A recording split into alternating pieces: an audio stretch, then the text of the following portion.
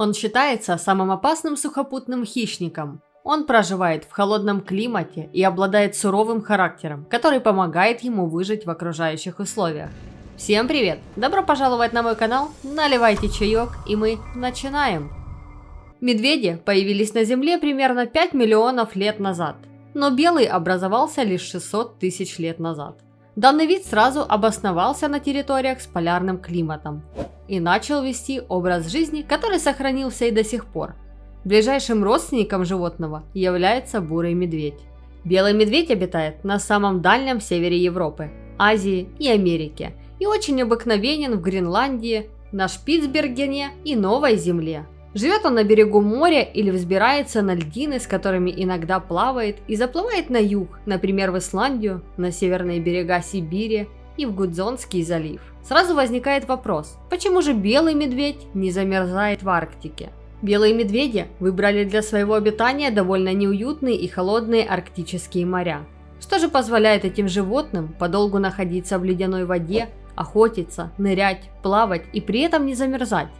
Оказывается, под кожей белого медведя, кстати, кожа его черного цвета, находится толстый 10-сантиметровый слой жира, который не только греет арктического жителя в суровые морозы, но и позволяет ему легко и быстро перемещаться в воде. Подкожный жир не замерзает даже при сверхнизких температурах, поэтому белый медведь не опасается замерзнуть в арктических льдах и полярных сугробах.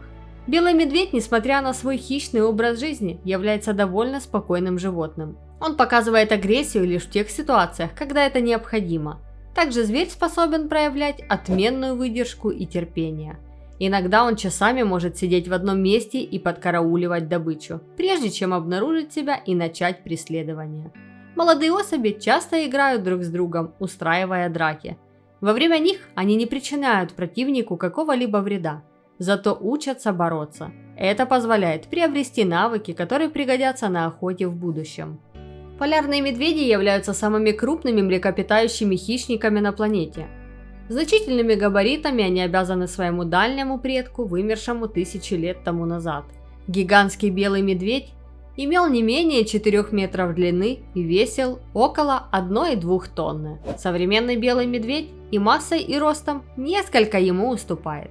Так, максимальная длина белого мишки не превышает 3 метров при массе тела до тонны. Средний вес самцов не превышает 500 кг, самки 350. Рост взрослого животного в холке составляет 1,5 метра, тогда как гигантский белый медведь достигал высоты в 2,5. Многие из нас считают, что белые медведи обладают белой шерстью, но в действительности это не так. Шерстинки животных, как и подшерсток, прозрачны и абсолютно бесцветны. А белыми они нам кажутся, потому что внутри каждого остевого волоса есть воздушный карман. Когда световой луч, состоящий из всех цветов радуги, попадает на шерсть, цвет от воздушных карманов отражаются и смешиваются, придают белый окрас. В зависимости от сезона, местоположения солнца, шерсть животного может быть не только белого, но желтого или коричневых тонов. Медведи, живущие в неволе, из-за водорослей искусственных водоемов могут быть даже зелеными. Полярный медведь – крайне выносливое животное. Несмотря на кажущуюся неуклюжесть, он способен преодолевать до 5,5 км в час по суше и до 7 по воде. Средняя скорость хищника составляет 40 км в час. Полярные мишки хорошо слышат и видят, а отменное обоняние позволяет учуять добычу, находящуюся от него на расстоянии 1 километра. Животное способно обнаружить тюленя, укрывшегося под несколькими метрами снега. Животное предпочитает одиночный образ жизни, самцы и самки собираются вместе лишь в период гона. В остальное же время медведи передвигаются исключительно по собственной, отвоеванной у других своих собратьев территории, причем это касается не только самцов, но и самок с новорожденным потомством. Поскольку полярный медведь ведет хищный образ жизни, в пищу он употребляет только мясо. В основном он охотится на моржа, тюленя, нерпу, зайца, нарвала и белуху. После того, как зверь поймает добычу, он разделывает ее лапами и зубами. В пищу медведь употребляет жир и шкуру пойманного животного. Мясо он поедает лишь в крайних случаях, когда сильно голоден. Ежедневно взрослая особь съедает в среднем 7 кг пищи. Если хищник долгое время был голоден, то может за сутки употребить до 20 килограмм. Зверь, не евший на протяжении нескольких дней, перестает охотиться на привычную добычу, поскольку ощущает слабость. Тогда он переключается на ловлю рыбы, разорение птичьих гнезд и падаль. Медведица впервые приводит потомство не ранее 4 лет. Рожает она раз в 2-3 года не более 3 медвежат. Брачный период обычно длится с марта по июнь. За одной самкой следует около 3-4 самцов, которые постоянно дерутся друг с другом. Причем взрослые особи даже могут нападать и убивать медвежат.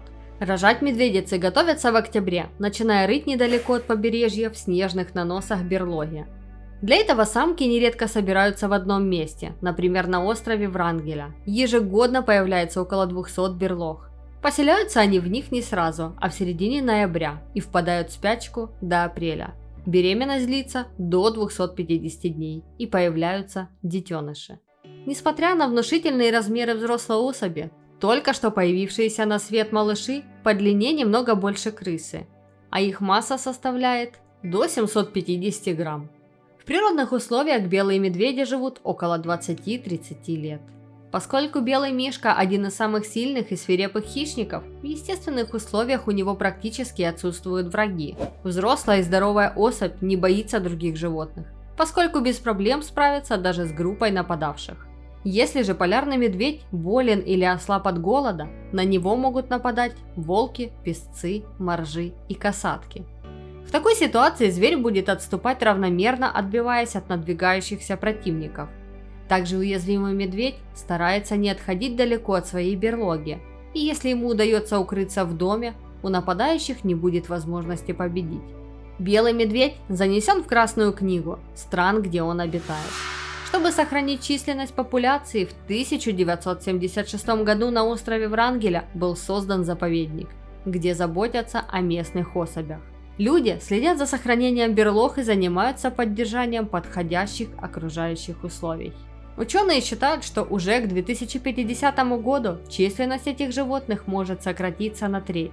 На количество поголовья существенное влияние оказывают браконьеры, которые, несмотря на запреты, продолжают охоту из-за ценного меха, а также глобальное потепление и загрязнение окружающей среды. Спасибо вам, что досмотрели этот выпуск до конца. Подписывайтесь на канал и жмякайте большой палец вверх. Берегите природу и всем пока!